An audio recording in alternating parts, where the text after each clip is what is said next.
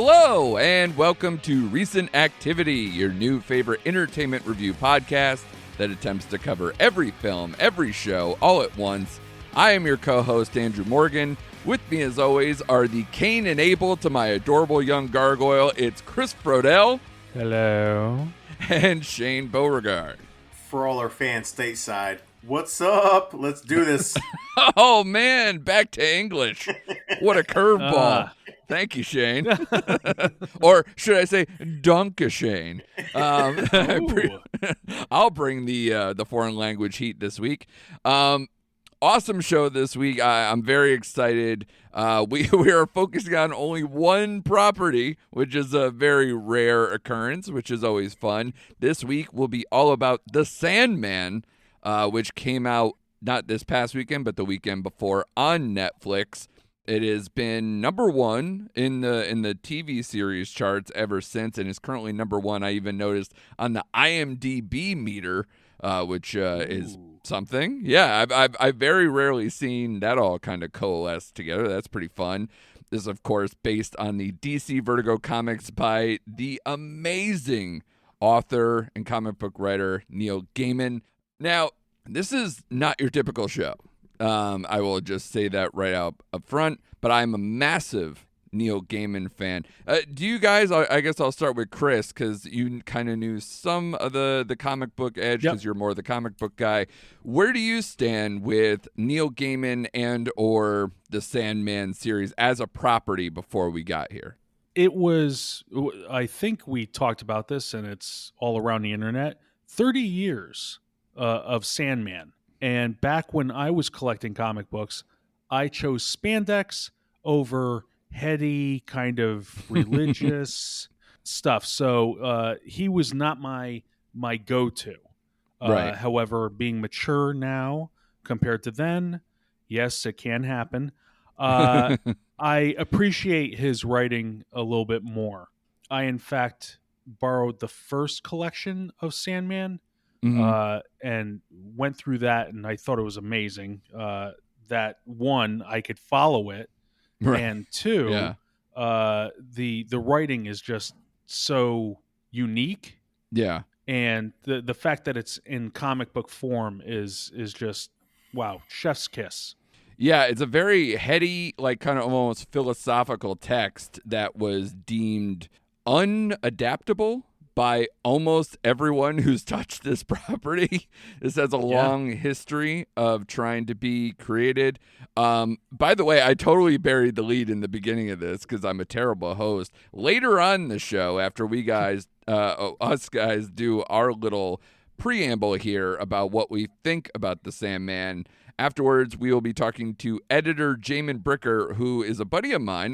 We used to work together, and he actually edited multiple episodes on The Sandman for Netflix, and I'm curious to see what he has to say about the show and kind of the discussions maybe behind the scenes and some of the approach to making these episodes. We will do that after this. But Shane, where do you stand? Were you a Neil Gaiman person? Do you like his other adapted properties or any of that? Yeah, here's it's what's funny is those who have listened to me in the past knows I'm a massive reader. I love literature. No kidding. I don't read it all. But the last book I read was American Gods. Awesome book. And absolutely loved it. Loved it. And through this show, it makes me want to order the Sandman collection so I can read it myself. Because I think, going into this show, and we'll get into it, I had nothing to base it off of. So, which I think can help when you're watching a show because you're not comparing it to the book, essentially. Right. But no, that is the last book I actually read. That was my yearly dedication last year, was the one book, and I finished it, and it was great. So I do like his writing. Yeah, he's one of my favorite authors. I remember reading American Gods back when I was in high school, early high school age. And obviously, you're now seeing a bunch of different adaptations of Neil Gaiman come through these days, with American Gods and Good Omens being adapted before we got Sandman here. And I've also read a lot of his comic stuff that he's just kind of floated through. I remember, like, for instance, there was an X-Men comic that was set in like British colonial or like pre-colonial times or something like that. It was an interesting period piece version of the X-Men that I actually really liked a lot, and that was a Neil Gaiman one from a while ago. But people would also know things like Stardust that was adapted as a film, or Coraline, of course, being Neil Gaiman as well. So even if you're not familiar with the name, a lot of people would be familiar with Neil Gaiman's work that has been adapted thus far. This is a very unique plot that I think if you told the average person, like, hey, man, you should watch this show. Cool, what's it about? Oh, it's about the personification of dreams, who is one of the seven endless. Oh, really? You would kind of people would glaze over and maybe not jump on this. It's a very hard show to market, but we will do our best right now, because as I said, the plot is basically about Morpheus, the personification of dreams and one of the seven endless, who is captured in an occult ritual in 1916 after being held captive for 106 years. Dream escapes and sets out to restore order to his realm, the Dreaming. Like I said, this has been a long time coming. They've been trying to develop this for a while. The last real effort to do this was a film adaptation with Joseph Gordon-Levitt and David S. Goyer, who is actually one of the people who helped bring this show to life. But JGL left in 2016, citing creative differences on that after the comic ran from 1989 to 1996. So basically they started adapting this almost immediately after that run was over, like around 99 people started trying to do it. But now that the show is here, and it is definitely something that it's working for the people who I know who have watched it, and I really would like to know what you guys think, as maybe not the more traditional viewers, as you guys were saying, like maybe not more steeped in either this particular property or Gaiman to begin with. Shane, I'll start with you. What did you think of the show overall after catching all these 10 really dense episodes? I really, really enjoyed it. I loved it. And I'm glad you brought up Gordon Levitt. I'm glad he didn't get the role, because Tom Sturridge, who I've never seen before, incredible, was great. Like his voice, just like I was drawn to his voice. It's so unusual. Yeah. I love the pacing of the show, which I read a lot of people had issues with, because there's not a lot of action in this series at all. It is a very slow burn. Yeah. And there are a lot of episodes, like the diner episode, where I was like, okay, where is this going? There's a lot of exploratory episodes, but the writing was so good. I love Tom Sturridge. I'm a big Boyd Holbrook fan. I wish there was a little more of him. And again, that's me not knowing the source material. I wanted more screen time with that character, the Carithian. Right. I love Gwendolyn Christie from Game of Thrones as Lucifer Morningstar. She was a bright spot, and I'm looking forward to her more in season 2. Because, man, that was my favorite episode, was episode 3, when he has to go to hell to ask her for help. I just loved everything about the show. I was just, I kept eating the episodes. I think I was done with the show like in 2.5 days, pretty much. I loved it.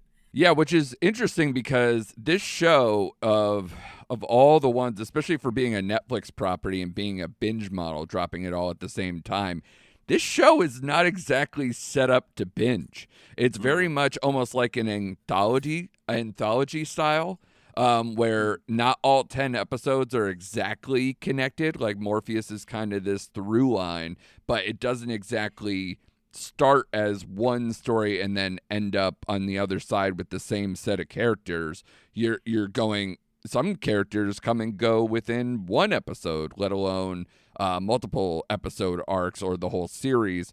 So I found that to be very interesting. Chris, where did you land with Sandman? I really enjoyed it. I think you hit the nail on the head when you say it's not bingeable. But I don't say that negatively. I thought like, wow, this is so dense and philosophical that it just held me. And I was like, I can sit with that and enjoy it. And I actually applaud them for that effort. Yeah. And you guys know me. I'm into a lot of dialogue, and this gave it a plenty. But it wasn't just dialogue. It wasn't just one location. It was expansive. It was beautiful to look at. It was surprising as a Netflix property, because going into this, I had some preconceived notions that it was going to be like cinematic in certain parts, and then it was going to look like it was on a soundstage in others. Right. And sometimes that's kind of like disjointed, and I don't know if you can really like avoid it. You can't really be into the episode and then something like that is jarring enough to be like, I can't get back into this. I'm concentrating on the background when I should be looking at the foreground. Right. But all that was put to rest.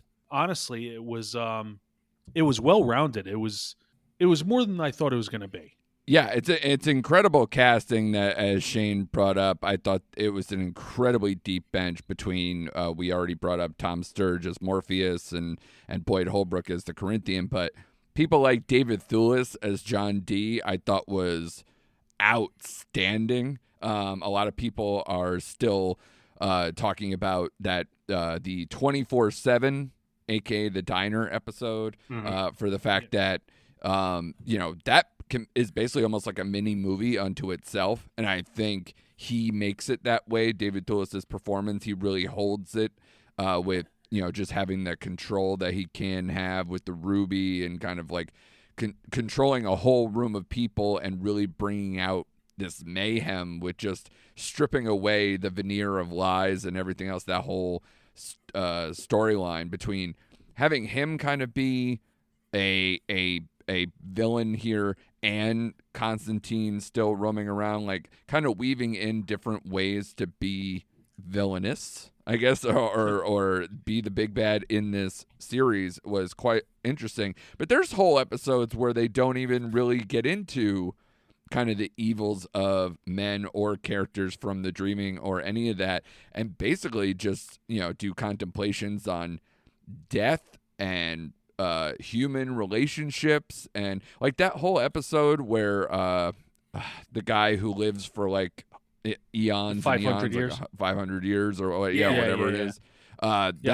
That I thought was intriguing, and to show kind of the development over time and what matters to a person when they live longer, and why they would want to live longer even when life is giving them a bad crap side, hand. right? Yeah, crap hand versus like giving them all the riches in the world, and you see both sides and what those conversations look like. I thought that's some of the best stuff in here, and it has nothing to do really with the overarching plot, unless you consider kind of Morpheus and his relationship to mortals as a person, where he's kind of, after being entrapped, he has a lot of rage because he wants to kind of get his things back that were stolen from him, and obviously he lost a considerable amount of time, and his the dreaming has fallen apart, his realm has fallen apart. So there's a lot of anger and resentment towards mortals, even though he kind of has to learn that he is at service to mortals, and it kind of goes back. And honestly, I'm now jazzed up that I've gone through a series like this, which is like fantasy, cinematic filmmaking to the nth degree, and now we're gonna dive right back in soon enough with House of the Dragon and Lord of the Rings and all these other ones, that this is kind of a nice first serving to get into before we start getting into other mystical realms. The scores for this has been quite impressive. An 87 Rotten Tomato score with an 80 Rotten Tomato audience score. The 7.8 on IMDb, and like I said, it's the number one on the IMDb meter right now, which I'm not seeing thus far. If I was to, it's such a hard show to grade, but if I was to do so, I feel like it's right up there with all the other ones we've kind of been batting around. It's just so hard when you think about this show, you can't think about that carryover narrative or any of that stuff. It's just more moments with this type of show and certain characters. Heck, even the use of the ravens in this show is so impressive in the way it humanizes like a trap dream early on, and then uses them as a sounding board for him later. Chris, Do you have, if you had to put like kind of like a at a 5-star thing, or if you want to try to rank it with some of these better shows that we've been talking about all year, where does it land for you? I gotta say, it ranks pretty high. I would say, like, it has its faults. It's not perfect, but I would give it a 4 out of 5. Just on the death episode, I think that was episode 6. Mm-hmm. Yeah. Just that alone, well, I thought that was a beautiful episode. I think everybody has their own favorite episode, which is kind of the fun part of this too.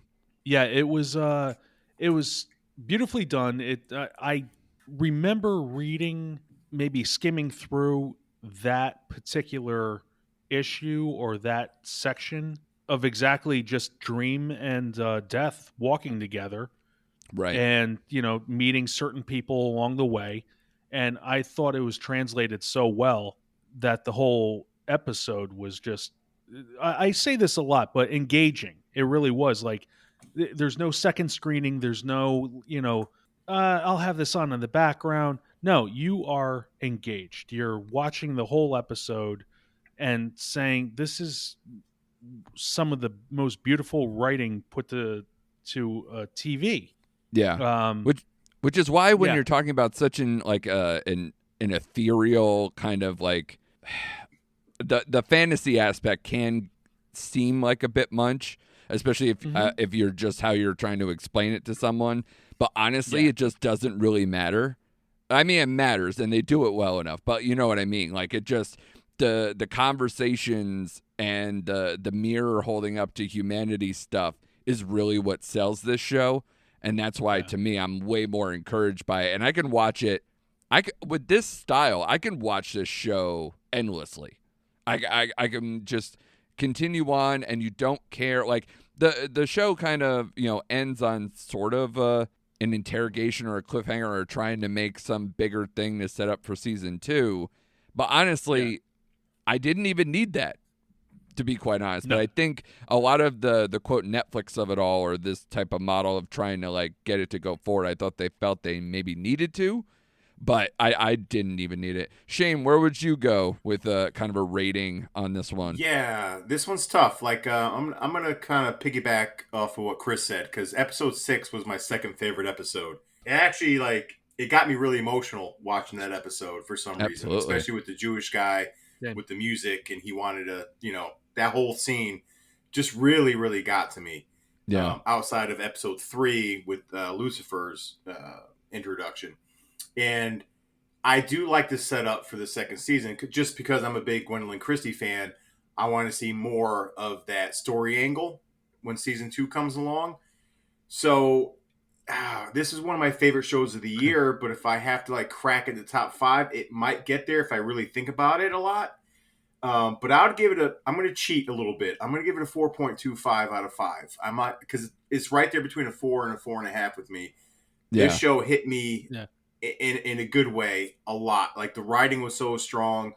You could tell Netflix with the production value of the show was really high. And I'm going to just spit out the only negative for me on this show. Okay.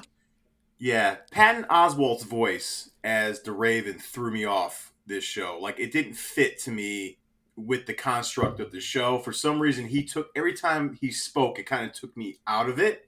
Which I know it's weird for me to say. I just didn't like his voice in this particular role. I would have been okay with just like a regular plain Jane, John Doe, G.I. Jane voice in that Raven, as opposed to Patton Oswalt. It just didn't fit for me.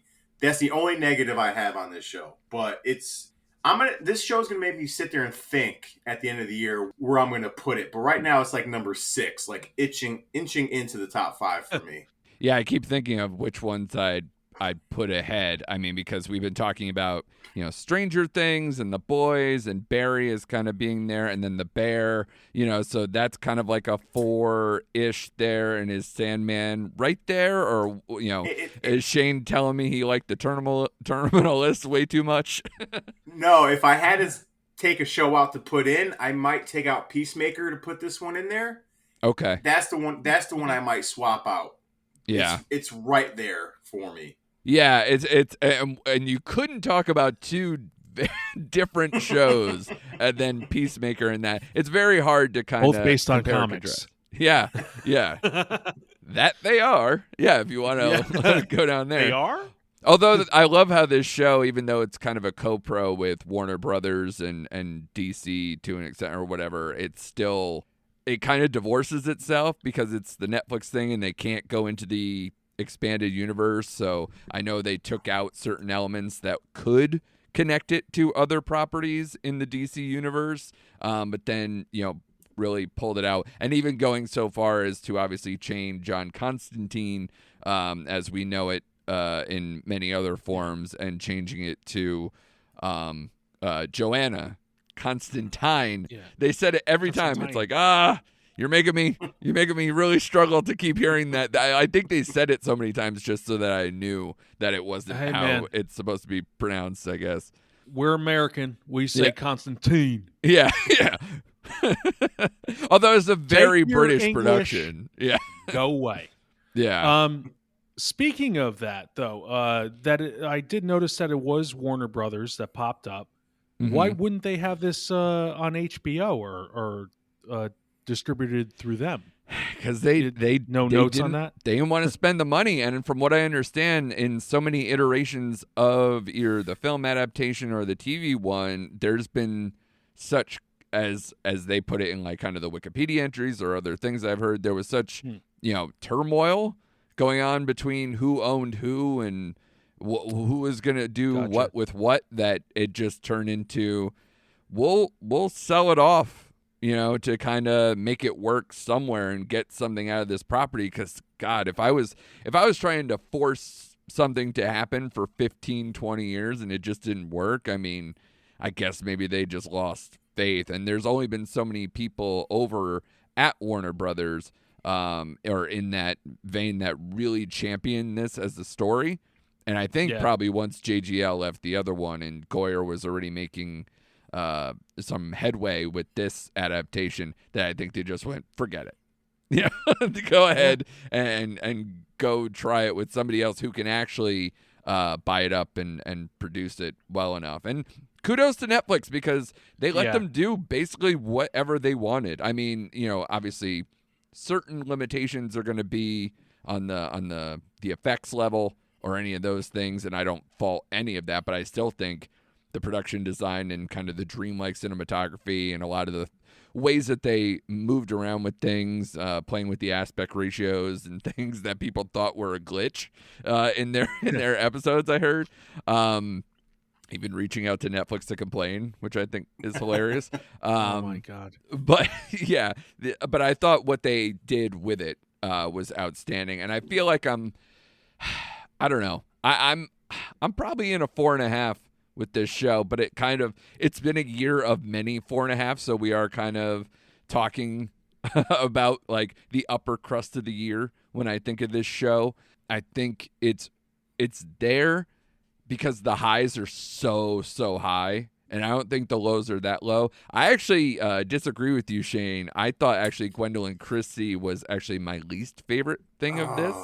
I can't push back on the Patton Oswalt thing. It took me a while to kind of get there. Ironically, for Mark Hamill being in the voice cast and him not being that Raven, I was like, interesting. But in a way, I wonder if they kind of positioned the Patton Oswalt thing being like he's just the massive nerd online fan that you want to like drum everything through. I wouldn't be shocked in the least to kind of make him kind of this cornerstone. He was actually the first person cast, if you can imagine. Really? So it's not even like they came back to it. He was the first person they called. So it's very interesting that happened. But my only thing with Gwendolyn Christie, I didn't think she was bad. I just felt she didn't have this kind of presence for someone who's the lord over the demons of hell. She didn't have that presence for me. I feel like she has kind of a baby face for how big she is and as a presence. So I don't know if they wanted to like kind of play with that a little bit, being like kind of this fallen angel, kind of having some softness, but with a hard edge now that, it's the overlord of hell. But I don't know what their thought process was with that, but I didn't buy her as much So I hope you still love me after that, Shane. But like, I still, so much now. Not so much now. But I did. I enjoyed almost every other casting, and like I said, I thought, God, wherever they pulled Tom Sturridge out, I hadn't seen him in anything, and he was incredible. He just has this temperament that I think is so pitch perfect. Yeah, and then like we mentioned, everybody else: Boyd Holbrook, David Thewlis, Vivian Achampong as Lucine.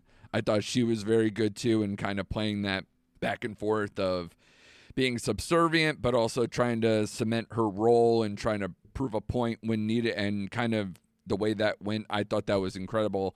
And yeah, Kirby Howell Baptiste as Death.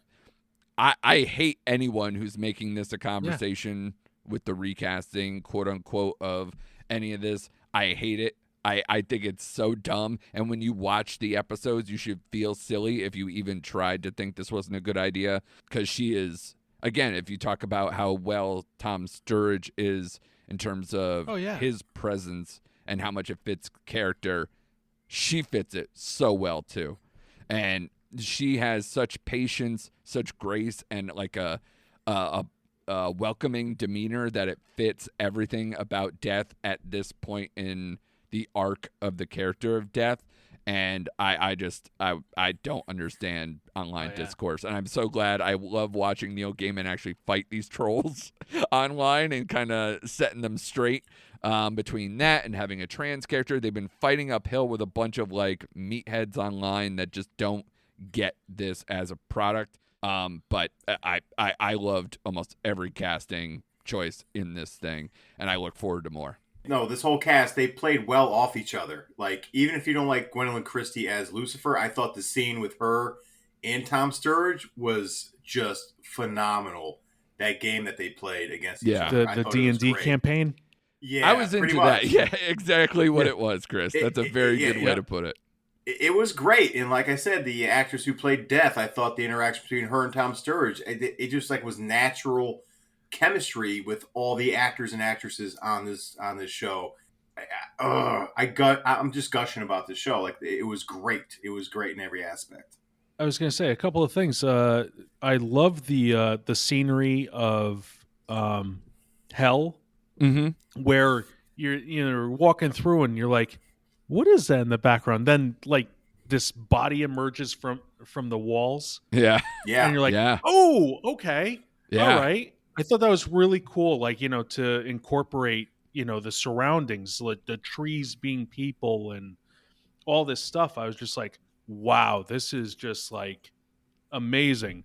And those main sets were incredible, between hell and the basement area where Dream was captive for so long. I thought they did an excellent job with that too, in terms of lighting and how it was constructed. I was very impressed. And I do like the fact that everyone has this idea of who Death is, and everyone wants Death, but they keep on getting Dream, or they're looking elsewhere. And it's like, oh, it's you. But when you find Death, when she emerges finally, she has the essence of Death, how she is portrayed in the comic. Regardless of how we see her, the attitude is still the same. She's bubbly. Yes, it's a terrible job, but she finds the joy in it. Yeah. They're not alone, and neither am I. We're holding each other's hand towards the end. I'm just like, that's gorgeous. I shed a tear to that. I mean, it's just beautiful. And, you think at this point we'd be used to online vitriol of you cast a black girl as... It's like, calm down. You know what? The best person is in that role.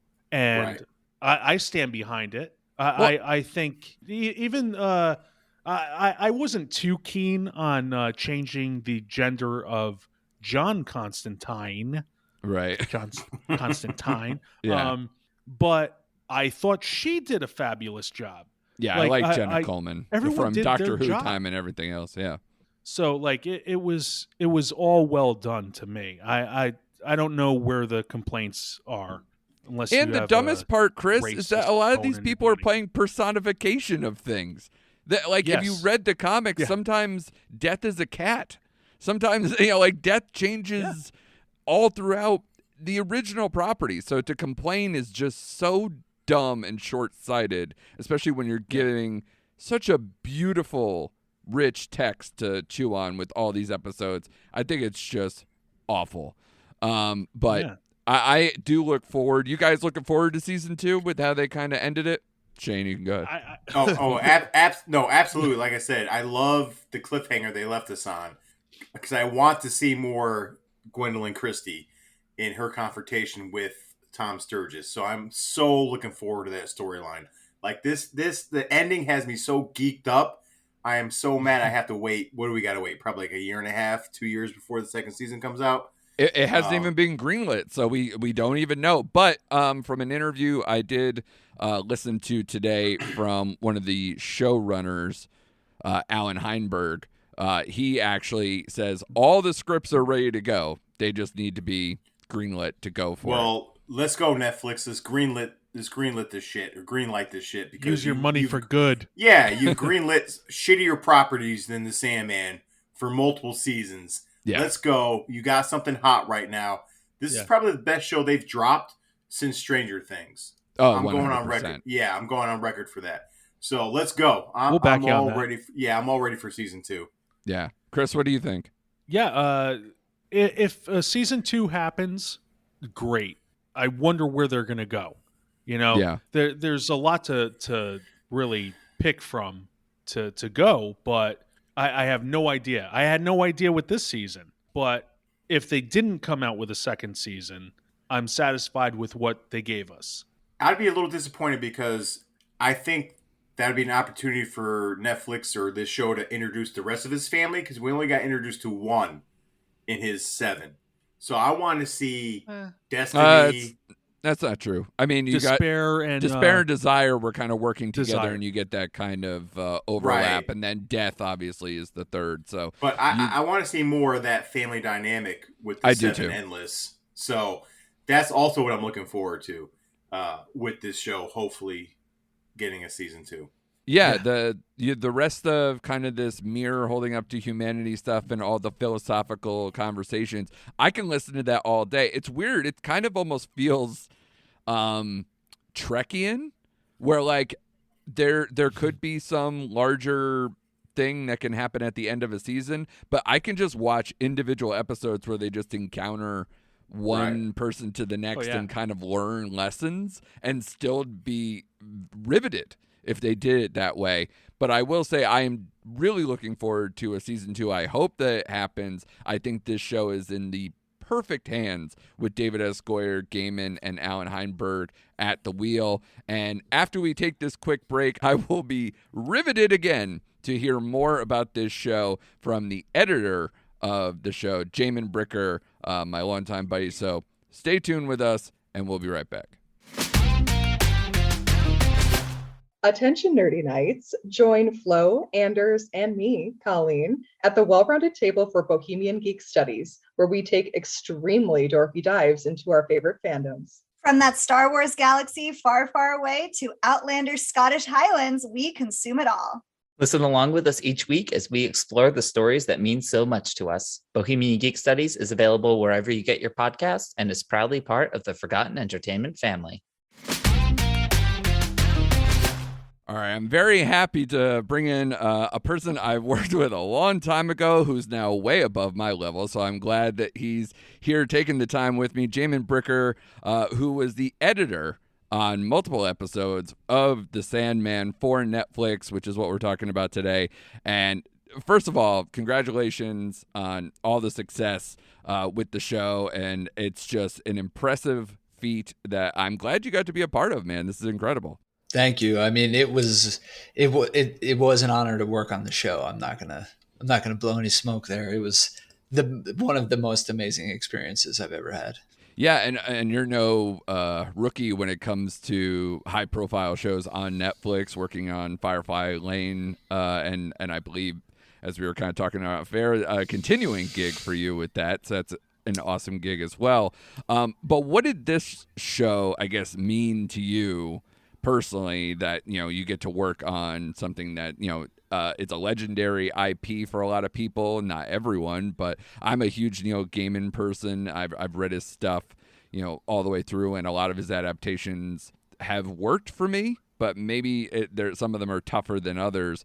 So what did this one mean to you? Well, like I was telling you, I was always, you know, I was a big Neil Gaiman fan, but like more in the novel world where he is. Right. And, you know, so Alan Heinberg, the showrunner, I had worked on one of his previous shows called The Catch, and Alan wrote the Wonder Woman reboot, you know, that came out in 2015 or something like that. And when the opportunity, when I, you know, basically I saw it like everyone else, like the Deadline article essentially came out that Alan was going to be show running this Neil Gaiman show for DC. You know, I had already finished my time with him on a show, and we had a great relationship. And I just, you know, one thing that I always want to do with people I love to work with is work with them again. Of course. And so, you know, the opportunity to work on a Neil Gaiman project, work with Alan Heinberg again was just, I mean, honestly, that's kind of number one, because he's you know, such a great showrunner, so much fun to be around. You know, I consider him a friend, and you know, he's just, we link up a lot in the way we like to tell stories, you know, what's he watching? What am I watching? And we have a lot of the same opinions. And, so that's what was so amazing for me, to like be able to work on a Neil Gaiman piece and work with, Alan Heinberg, who I just generally adore. And it also stepped up my career, like to a level, because I you know, traditionally I do, you know, I worked on Nashville, Scandal, The Catch, Firefly Lane. I traditionally do kind of, you know, 1 hour dramas, soapy dramas. Right. And to get the opportunity to do a show that is basically, you know, 40-minute movies, 50-minute movies of the highest caliber that is literally physically possible right now, that was, it opened my world. It was a learning experience. It was exciting every day, getting the dailies, working with these like amazing directors who, you know, they don't shoot a ton of footage, you know? Yeah. But you just get really, really good stuff. You could basically close your eyes and just cut a great show. Yeah. And I echo your sentiment about Alan Heinberg. Like, he's kind of the perfect person. I'm glad that this all worked out between, obviously, his relationship with David S. Goyer, who was a big name that made kind of all this happen with Neil Gaiman. And he's kind of coming over from doing a lot of stuff in the Shondaverse, which is kind of like a major part of Netflix, you know, so it's got that kind of familiarity. But he's also a person who was a comic book writer, who gets the property, who loved Neil Gaiman. So I was very excited when I heard that he was taking on this project. So my curiosity with this show, especially, is, what are you getting? Like you were saying about like dailies and everything else, like what is the conversation to you beforehand about kind of putting this show together? And like, what are you getting, like, as far as the raw to like kind of assemble this? Like it's obviously a lot of visual effects work. It's a lot of, you know, maybe certain practical stuff, but I don't know exactly what you're getting to try to construct such an abstract show like this, that has to mess with you. I mean, even just the fact that they did a lot of work with the varying aspect ratios to make it feel dreamlike in different ways, to kind of keep people on their edge about the look of the show. Yeah. How did that all come together? Well, the aspect ratio, I can't really touch on. That was kind of done at the creative DP, you know, pilot director, and the producing director, this guy Jamie Childs. Mm-hmm. Like they really conceived that. Basically, I just got footage so the way it works for me, from the kind of footage that I get, and like how we would conceive the sequences. So I cut episode 3, which is the Constantine episode, Joanna Constantine, and I cut episode 9, which is the serial killer convention. With the Corinthians. So those, and then I'm also an additional editor on the pilot, but they brought me back later to do that. But like, okay, so episode 3, there's a big sequence where a demon. The princess is getting married to a possessed demon, a possessed football player, and the demon rips out of the skin and grows and tears the skin apart, and then Constantine,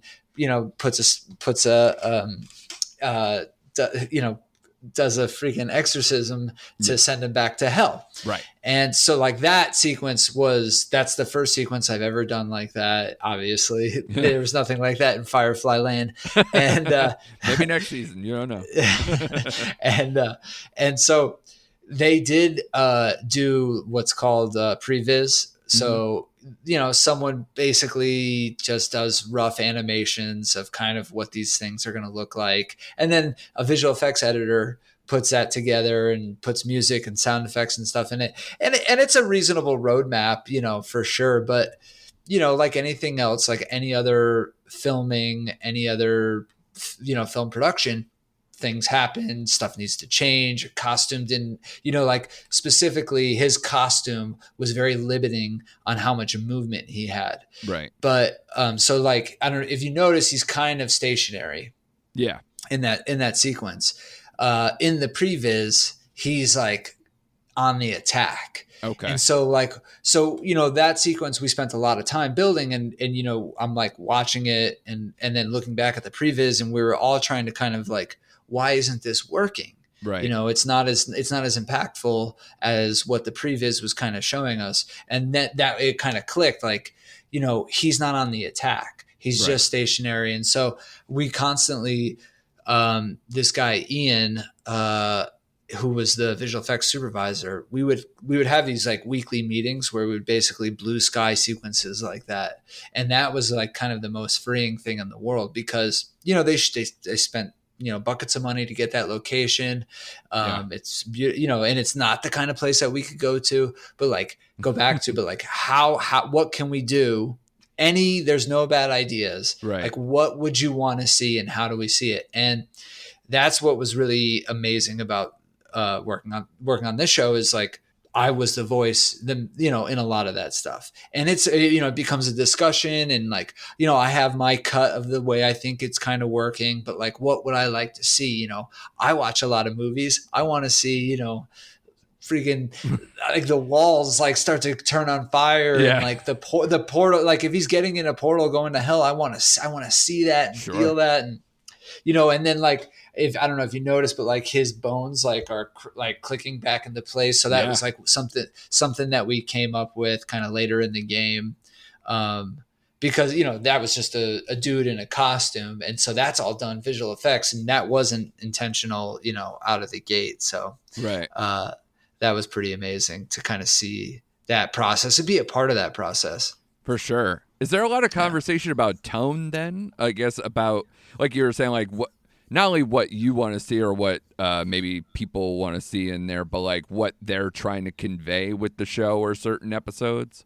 Well, yeah. So again, it's so moment to moment, of course. So when we start a show, before they start, like the director and the teams are all in pre-production. And then it's like that director's, a couple of days before that director starts shooting the episode, they do what's called a tone meeting. Right. And so that's where we'll just kind of like go through scene by scene, where it'll be like the showrunner, a couple of the producers, director, and the editor. And the showrunner is just like really hammering what he's looking for, scene from scene. What's the overall theme of the episode? What's the arc that each of these characters needs to hit? Right. And, it's a discussion too, but, in general, like you get a really good tone of what's happening. But so that scene again, for example, another thing that we were kind of missing, and Alan and I kind of really beat that scene up, is for whatever reason, it just felt like Dream also was not like, in the middle of it. Right. And that's the thing. It needed to feel like he was stopping Constantine from sending him. The most important thing for him was to stop Constantine from sending the demon back to hell so that he can get the information to get his helm. Exactly. Like that's the most important information for him. And so, it's a little crazy, you get all excited with these blue sky conversations of like, we're going to add this and we're going to make it look amazing. But at the end of the day, we need that's story comes first. The character needs this, so has to try and stop that. That we constantly, not constantly, but like whenever we would start going down, it's like steamrolling down these paths, we'd have to like kind of stop and say, is this true to like what the tone of these characters are supposed to be doing? And that, if I'm not mistaken, that was kind of the first big episode for Matthew the Raven too, as well. That was the introduction of Matthew. Right. So how hard is it to kind of make the Raven stuff work? Like, especially, gosh, just the amount of angles or the amount of shooting to try to get that proper. How was that done? Was that puppetry stuff? Was that like how do they control that situation? So that was a real raven most of the time. So it's a trained animal. Yeah. Honestly, it was one of the best actors on set. No, like, so Matthew, when he's like by the fountain, right? So he's by the fountain and he's like, and it's Patton Oswalt voices the Raven. And so, they had a guy on set kind of speaking, but we ended up, getting rid of that. And I ended up looping all that and kind of, tone, like, because again, I'm there, we're working on the material. Alan and I are day in and day out to working on the material, change the inflection of that, And I'm not Patton Oswalt. I'm not going to, but we just worked on it to kind of get right. the timing, the space of it, the what's up, what's down of it. And, but like the Ravens, like I used to live here, like that, he did that. The Raven did that. And then wow. VFX went in, they remapped the bird. So right. It's like still, I think they just basically put something over the bird and then they add the mouth moving and stuff like that. That's interesting. But then there's also times where they, there's wholesale shots where they did digitally create the bird. But in that episode, I can't speak to every episode, but in that episode, I want to say 85% of the birds is real bird with, wow. With the augmentation afterward. It's crazy. The career for that bird is going sky high, man. It's amazing. Pun intended, I guess. Wasn't I guess? But that's incredible. Just this show is so impressive just as a viewer. And the reason why I ask a lot about tone and thing, because this is such an abstract show in the fact that it almost works as an anthology more than it does like a cohesive season. Like the only real through line is Morpheus and right. kind of the people who work for him essentially. And even then you don't even get them episode to episode.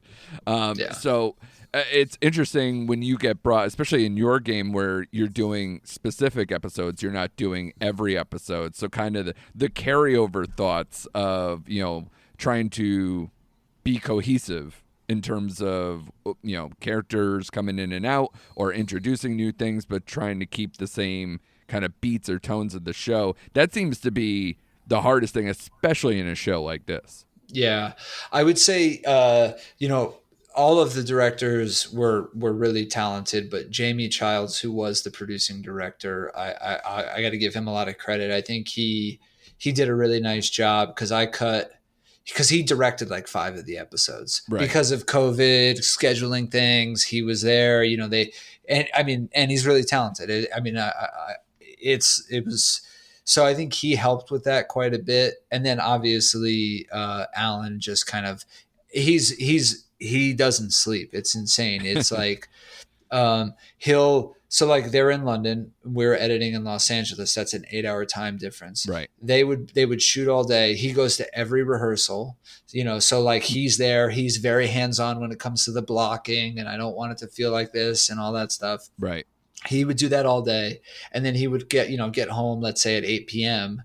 And then that would be 12 o'clock our time. And then he would work to midnight his time. Right. So he would work 8 to 12. Wow. I'd be done at 4, leave us with notes. And then, it was just insane. He's such a, I don't know how he does it. I don't know, but obviously he's prolific at this point. I mean, for how many projects he's done and everything else, that guy is amazing. And that's why I want this show to live on, because I mean, you got the right people in place, and it just, I think it can only grow from here. You said you obviously did the serial killer convention as well. That seemed to be kind of the most winky and fun, yet also nightmarish part of the episode. It was a interesting dynamic, and I love Stephen Fry, so that was a great addition as well. Is there anything you remember from that one in terms of the conversations you were having with Alan, or maybe particularly difficult stuff on that one?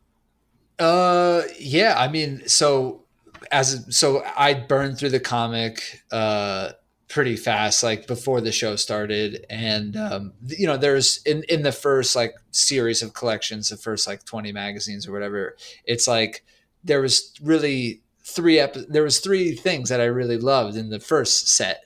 Constantine, the diner, right, was obviously just like absolutely mind-blowingly my good. favorite episode. Oh, so good.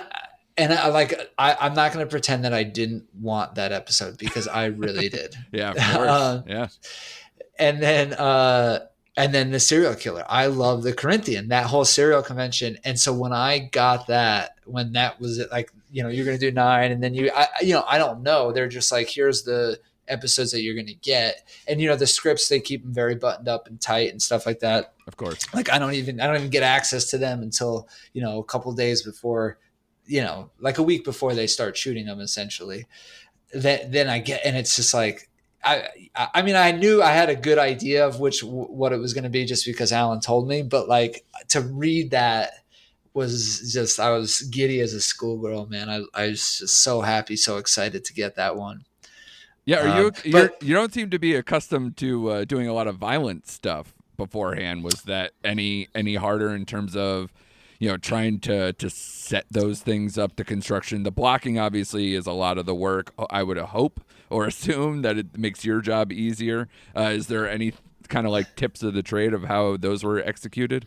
Yeah, I mean, basically I would do the really violent version. I would do drafts of all that stuff where it's like, here's the, where we're really getting in there. We're really seeing, him jacking these guys up and the murder, when they kill the fake, the news report, the magazine reporter at the end, like that was, I have a cut of that was way more violent. And cool, send that over.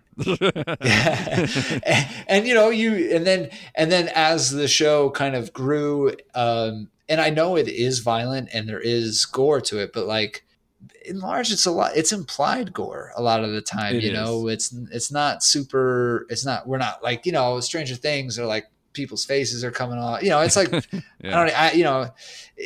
I don't think it was as violent as it could have been, that's for sure. But right. I think it was, so, it's a process. It's all like, here's the ugly version, here's the not so ugly version, here's the implied version, sure. And all of them have their own value. It just depends on what they were trying to do. So what was the conversation there? Like, why did the version we see kind of win out in the end?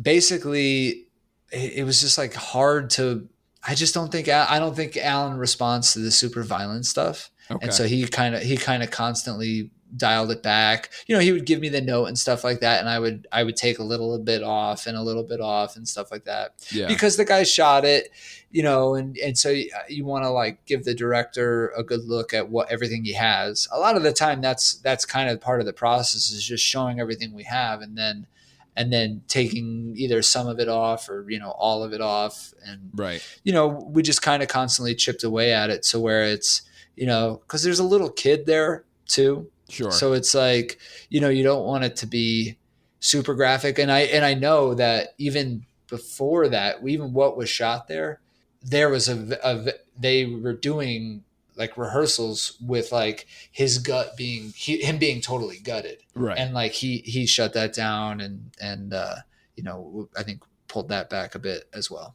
Yeah, I mean, to be honest, as a viewer, I don't think it probably needed it or anything, because I mean the show works so well in more of a dense philosophical text than it does leaning into the violent natures of these things. And it works more, again, it's on a dreamscape level. So, I mean, you know, he is the stuff of nightmares, but it doesn't really lean in heavy on the particularly, like you said, violent or gory version of these things. And even as you were saying about the demon coming out, it's effective, but it doesn't need to be the end all be all to show off the impressiveness of the demon versus what needs to serve in the story at the end of the day.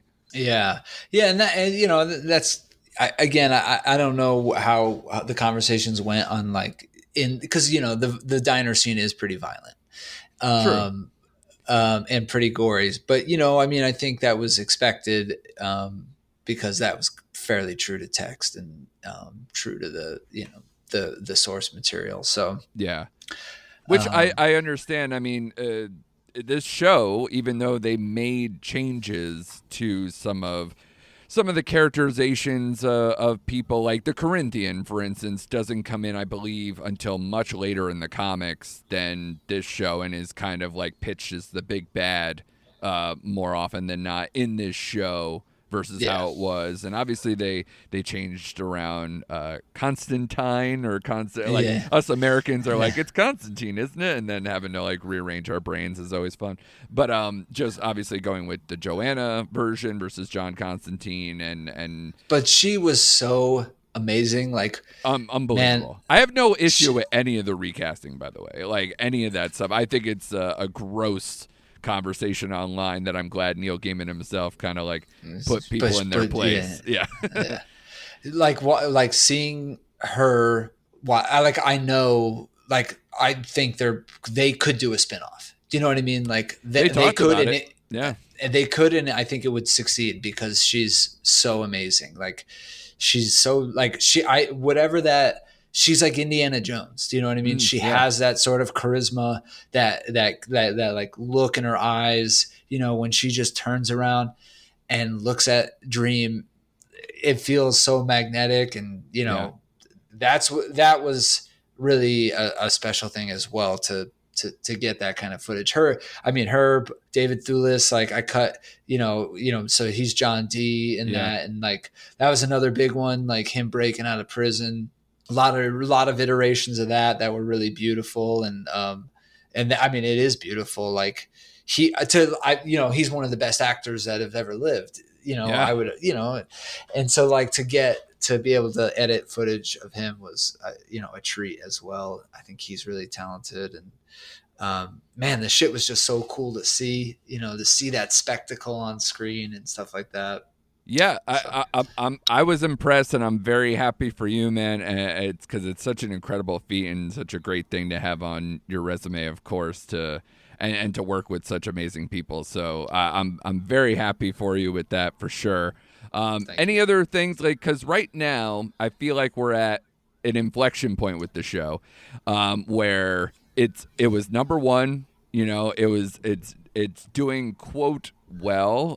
Some of the other metrics are like, but is it doing well enough to where it's going to go for season 2? That's why I'm glad we're doing this episode. I'm glad I'm talking to you. I'm glad to see other people putting stuff out. I listened to a very good interview on the Watch podcast with Alan Heinberg, and I wish so much that this show carries on. So that's why I'm kind of like here with you, and I'm sure obviously you feel the same. So what would you say to people who maybe haven't seen the show or, you know, kind of, you know, maybe trying to dip their toe in now? What's the pitch for a show like this that is so hard to market? People called this unadaptable. I now can tell you, you know, as a person who's seen it, that's not the case. And I think they got the exact right tone and pitch of this show. What would you say to people if you've had to tell people, and I've seen you try to market the show online on socials and everything, just be like, watch this show. What do you think is the angle? What do you think people should grip onto to watch this show? I mean, you know, the pitch to me would be, if you love adventure and love and comedy and laughing and, you know, just lean story, like really like good storytelling, then this is a show for you. I mean, yeah, there's magic involved and there's demons and stuff, but man, it just has such a, that's what I really love about Alan's writing. There is comedy in what he does, and there is love in the characters, and people are, everything that they're doing is ideally for a good cause, or, everyone has their own goals, and it's the kind of stuff that just makes for good storytelling, good movies, good TV. And yeah, that's it. I mean, if you just like good storytelling and good television, this is where you should be. Yeah, I mean, look, I hope it comes back too, man. But, for sure. I you never wish that know for everybody. But yeah, I've kind of said to a lot of people, it's so hard to say to people like that a show that has to deal with the personification of people versus like actually dealing with real people in a lot of instances, or a lot of like the magic realm or any of these things. I'm like, it could be hard to convey. But it also, to me, I think is just so simple that this show is just the most human show I've seen in a long time. And you're just learning it through the lens of a god. So why not? It's an interesting prism to look through, but I think it's such a mirror up to a lot of lessons that we can learn every day. And I think that's what I appreciate about the comic way back when, and now as an adult and seeing this version of it. I know people who have cried watching this show. I know people like have laughed their head off. So you're right. It sets all the right tones and such impressive casting. I'm glad you were a part of it, man. That's great for you, man. Any other takeaways for that before we wrap up? Yeah, I mean, just watch the show. I mean, we'll see what happens. And I will say this, I've talked a little bit to Alan about just kind of like future storylines, and it's all stuff that I think everyone would want to see. So I'll tell you that much. Like, yeah. It's all great storylines of the comic. Like even in this one, where he goes back in time and he makes the friend who, like, that story, and they come back every 100 years and meet at the bar and stuff like that. I love that episode. Yeah, man, it's just talk about a human episode. Where you're really getting into the human condition and just what it is to have a friend. You know what I mean? It's so simple and it's so beautiful. And I think, that's Ben Kingsley's son who plays that. Is it really? Plays that guy. Yeah. And he's just he's an absolute amazing, just fantastic actor. He's so present. So, gorgeous on screen, just in all the right ways. And, it's that show, I mean, all of that. I love it all, man. I could gush on and on about all the things I love, because there's not a lot to dislike. Yeah, for sure. And that episode in particular, I think is one of those great, like, just a posit of a question that you would ask yourself, or like, if I can live forever and I had that choice, would I do it? And what would I learn? And, what would I expect? And, would I ask for death? Like, those type of things are all just amazing. You could chew on that forever, and for them to hone that in and put it within the context of this character is just impressive. So I loved every minute of it. Excellent job, man. I appreciate you coming on. And you got some things you're still working on, and obviously not just sitting around waiting for next season of Sandman. So what do you got going on? Anything to kind of put out there for people, or? So we just finished shooting seasons 2 and 3 of Firefly Lane. So those will be, those are in the works, and those will be in post-production for a while and be coming to Netflix soon. I know that. And then I'm on a show called The Game. It's a reboot from the original series that was on BET. Mm-hmm. And I did season 1, and I'm doing season 2 as well. And it's going to be a lot of fun. I mean, there's a lot of great content out right now, and I hope you guys check it out. I appreciate your time, man, and best of luck with everything in the future, and crossing the fingers for season 2 of Sandman. From your lips to God's ears. Thank you. All right, thanks to Jamin Bricker once again for coming on the show. Everybody go check out The Sandman on Netflix right now. Check us out next week when we're covering Bodies, Bodies, Bodies and probably doing some summer recap stuff. We'll see you next week on Recent Activity.